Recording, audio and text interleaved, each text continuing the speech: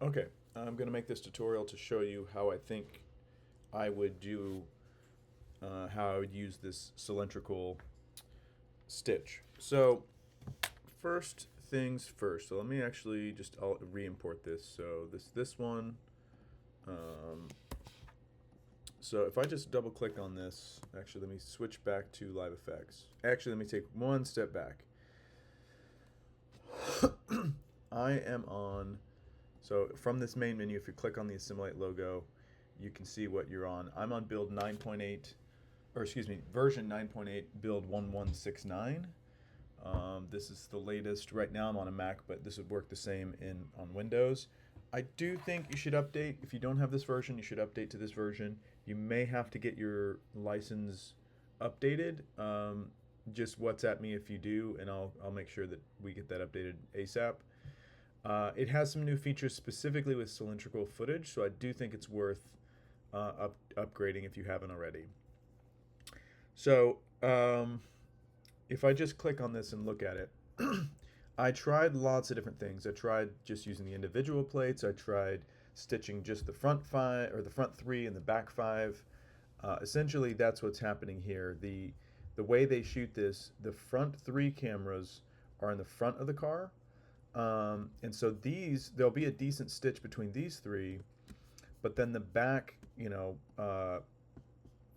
five cameras, which are like here.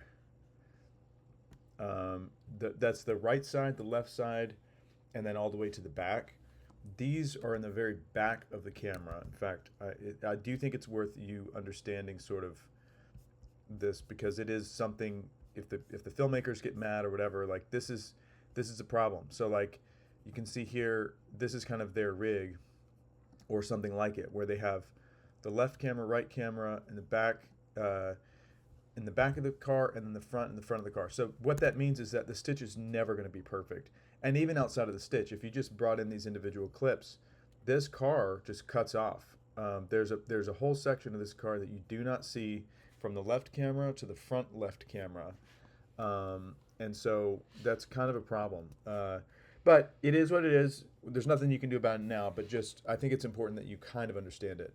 So one of the other challenges about stitching these together is that you can notice that it's not really straight. So if I look at here, it's kind of curved one way. If I look over here, it's curved another. So I think when you set up the shot, hopefully they're just shooting one camera. But when you set up the shot, you'll have to rotate it to fit that section, the way that you need it to fit. So we'll get into all that, but yeah, I just thought it'd be important for you to see. The media itself is Panasonic V-Gamut and Panasonic V-Log, and right now I have my monitor set to 709 Gamma 2.4. When I shoot there with my footage or with the red footage, we do have HDR. I don't know if it's going to be better for you to switch to SDR or try to do HDR. My guess is that if you try to do HDR with this type of footage, that you're going to get banding in the shadows, meaning that like it'll be really steppy here on the wall. I don't know. Happy to troubleshoot that with you later if you want, but I've seen in the past, at least in one example, where if we had SDR footage, not HDR footage, that it was actually better to set the wall to be SDR and run everything SDR than it was to try to make it HDR when it wasn't. So just something to think about. So anyway, all right. So if I come back to the construct, I use this projection setup, and I can drag this into here, or I can browse and find it here. And then you get this. I already have the stage here. I made the stage before I knew the name and all that. It's kind of funny. But you can see the media type we're going to set to cylindrical panorama. And there's two different types of cylindrical. There's fixed and cylindrical camera, I think is what it is. Use the fixed. You can change this later too, and probably I'll show you that here in a minute. But basically, I've found that the fixed is going to work probably better for what we're trying to do. And then let's go ahead and press create. And if I right click, go to stage manager, this should be more or less what you see. And if we go, so I think, let's see, if our camera does move this, okay, cool. So we can move this projection based on the camera position. Let me set this back to here. If you go to this top, node here, so with nothing selected or with primary selected, cylindrical to wall, and then you go to projection, you can also change things here. So if I go back to Stage Manager so we can see it, this is hard to record and see both, but basically you have some options here. So this is what I was saying, you can change this to be camera cylindrical or cylindrical fixed. If it's cylindrical fixed, you can also change it here instead of moving the camera. I think this does the same thing. Yeah, this looks like it does basically the same thing as moving the camera does. And I don't know that this radius is going to change much because let's see, did that take? Okay, cool. Basically, the radius is of this. Let me set this back to 0. Is this? So I think where this would come in handy is when you are doing camera tracking and you're moving around. I think changing the radius of this will make a big difference. But my guess is for now it doesn't really matter, that you can just leave it sort of in the center where it is. And then you do have your pan and tilt here. So you can pan here to go to see the back or whatever. This is how you turn it around. And then same with tilt if you need to tilt. Let's see. So what I've decided for rotating, what I think the best is going to be to do rotation, because it's kind of hard to rotate a cylinder, and there's not really options here to rotate the cylinder. The way that I think is going to be best is to create a new layer. I'm going to call this bicubic, just so it's very clear what we're doing. So with bicubic selected, I'm going to go down to fill matte, canvas, and then change the shape to bicubic. And then now I can rotate it around the Z, and you can see it actually makes a whole copy of this media. But this is how I think the adjustments are going to be very slight. So for instance, let me move in here. I'm going to hold down Shift to rotate it. Let me pause it for a sec. So let me do something like that. So it's only like it's like 2 degrees. I don't know if it's in degrees, but it's not a crazy adjustment. It's just a little bit. It might even be this 0.1. So it's just a subtle adjustment from here to here. Let's go back to the beginning. Actually, this is probably a better point to do it from. So let's see, something like that. So in this case, it is sort of a big jump, and you might want to keyframe this over time. That's sort of up to you. But I wouldn't do much more on the bicubic. So for instance, I wouldn't move this around really, because I think, and let's actually test this theory, I think if we let's just see, cylindrical to wall, let me click on primary, cylindrical to wall, let me pan this. I think this is going to, yeah. So if we pan this, it's going to respect that rotation, and we can continue to rotate it if we need to. Whereas if we actually move this layer and we do something else, like we go over here, well now when we start to pan, it's not going to work right, and the projection is probably going to be off too. So I would leave the this layer basically at 0, 0, 0, this bicubic layer, and I would just do the rotation here, and don't do anything else. Don't do any scaling or anything. If you need to scale it, probably the thing to do would be to move the camera in and out. So move the camera in and out, or the same exact thing. I'm pretty sure doing the Z on this cylinder is going to do the same exact thing. So whichever one you want to do is fine. It might be best to do it from this cylindrical menu, because now here you can do the scale, you can also do the pan, and you can do everything from this one menu, as opposed to going back and forth between the camera, etc. So that's sort of what I think is going to be the ticket. My other, it's a little bit hard to tell without a car how big this needs to be or how small it needs to be. If I go back to 0, right now there's going to be a bunch of black on the wall. Up here is just going to be black. So if this is the right scale, there's, again, I have some ideas of how we can stretch this out so we're not showing black there.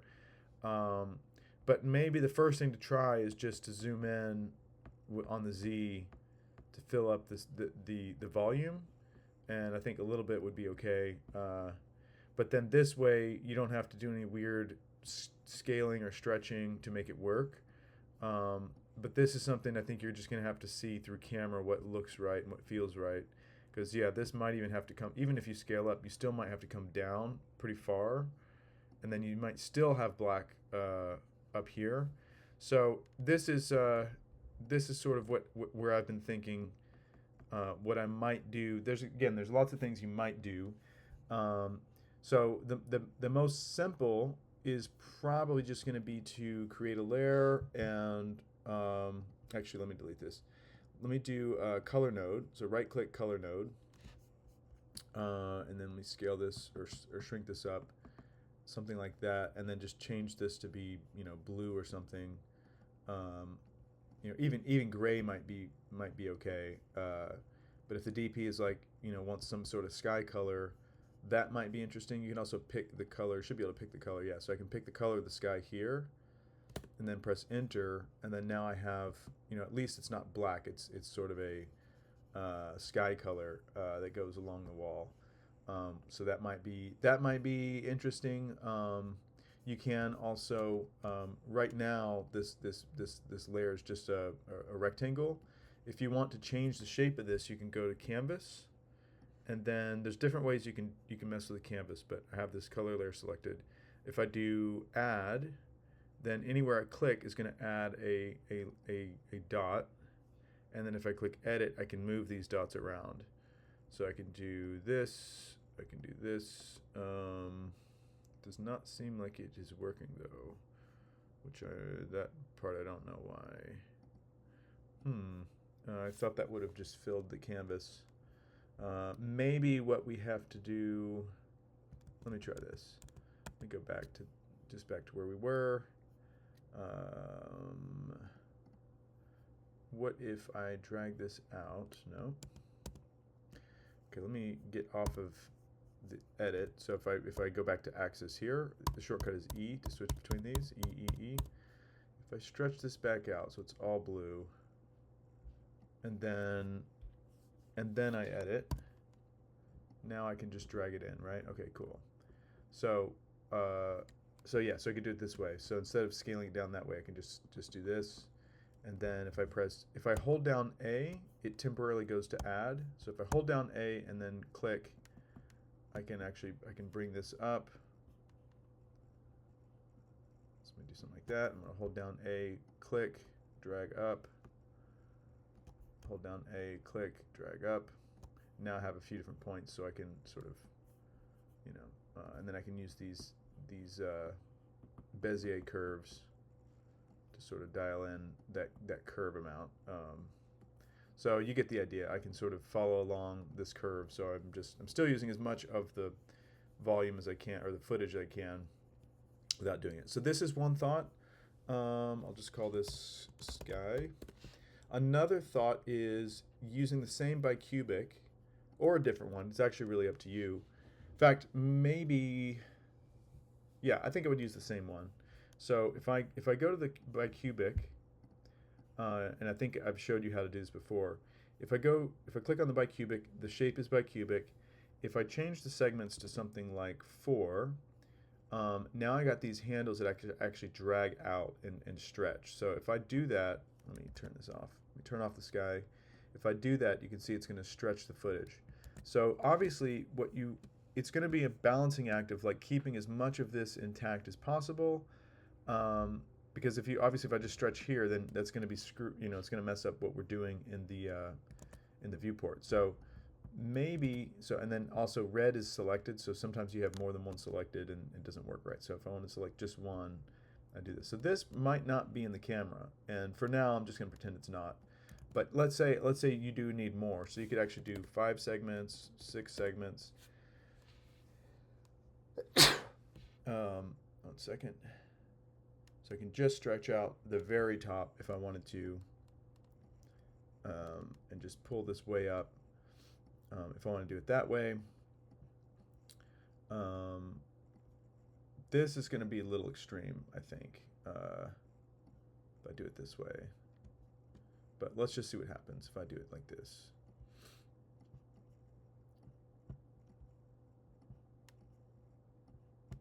Something like that. On the sides, it's probably not going to matter too much, but still. Try to get no black on there. And then this one. So now I can press E to go off edit. I can also turn off the overlays here. X is the shortcut for that. So it looks strange for sure, and it might be really weird on the volume. So this is something I think you'll just have to test and see what's going to make sense. But it might, the pros might outweigh the cons doing it this way, because then at least you get the reflections and everything else. But I don't know. This looks too strange to me. I don't think this would actually work.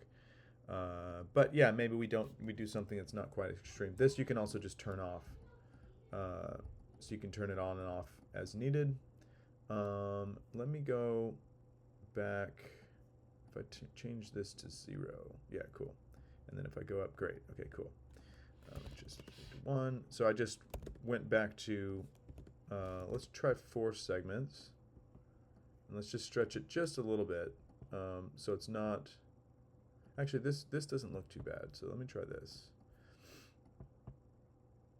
Yeah, this actually doesn't look too bad. We might be stretching the main part of the picture out, but it might, depending on what you're seeing through camera, this actually might be okay. This might be acceptable. Let's see. Yeah, it kind of depends on where your camera is. If your camera's like right here, then this is probably okay. This is probably acceptable. So yeah, I think this is something you're gonna have to figure out there. You're gonna figure out the stage and or with the DP or whoever. And the same way, obviously, I could stretch out the bottom here just to get rid of that black. And if I wanted to, I can do the same here. Click this, bring down, click this, bring down, just so that it fills the whole volume. But yeah, it's tricky. Obviously, we're doing smoke and mirrors now, so you know, you're gonna have to figure it out. But it's cool because we can now, again, if we can just pan the whole content, and it'll automatically do that all the way across. So no matter where we go, it's going to stretch it out and make it work. Cool. So, and then you could do a combination of this. So you could have, you know, maybe you do, let me press E to get off that and then just drag it up. So maybe you have it stretched just for a little bit, and then you have, you know, sky just above that, sort of like a light card. I'll also show you again, you probably remember this, but if you go to canvas, I have this color card selected, I can change the softness. If I add 200, it's going to add, you know, it's going to be a little softer and, you know, generally more pleasing that way.